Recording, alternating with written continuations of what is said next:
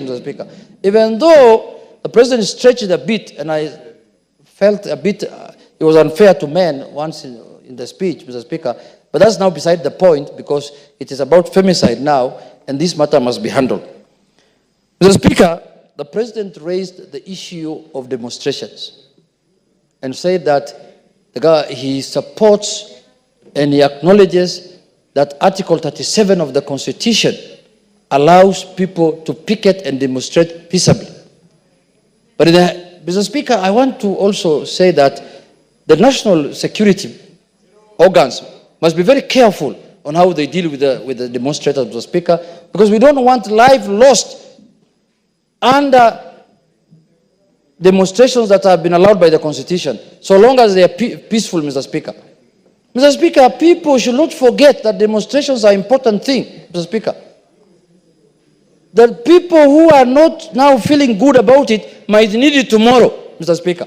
And the people who are using it now might not need it tomorrow also, Mr. Speaker. That's how it goes.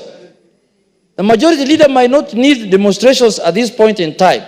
But at a certain time, Hapa, Mbele, he might be the one leading demonstration in the country, Mr. Speaker. So we have to get a balance.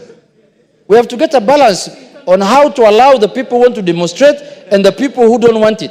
Otherwise, Mr. Speaker, this is something that is commonly important to every one of us as politicians, Mr. Speaker. So, Mr. Speaker, I'm not predicting anything, but I am saying that I agree with him that demonstrations must be peaceful. They must not destroy people's properties, and they must not, but we must not curtail people's freedoms of assembly and freedoms of association, Mr. Speaker. Mr. Speaker, I want to say this. This country, Mr. Speaker, is a constitutional democracy.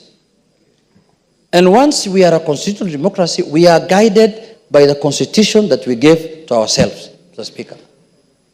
And Mr. Speaker, when Kenyans give views in the form of public participation, we have to take into consideration what they are saying, because, Mr. Speaker, that is what Kenyans want us to do.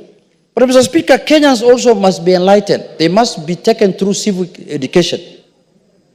Well, Mr. Speaker, there is a serious conflict between what the government is supposed to do, the executive, what Parliament is supposed to do, and what Kenyans think that should be done, Mr. Speaker. But, Mr. Speaker, Kenyans must know that they have also delegated their sovereign power to Parliament and the executive, Mr. Speaker, through an election. And they must have trust and faith in what Kenya and what those institutions are doing. Mr. Speaker, a country can fail, a country can become banana if the citizens of that country lose faith in the institutions that they have given themselves through the Constitution, Mr. Speaker.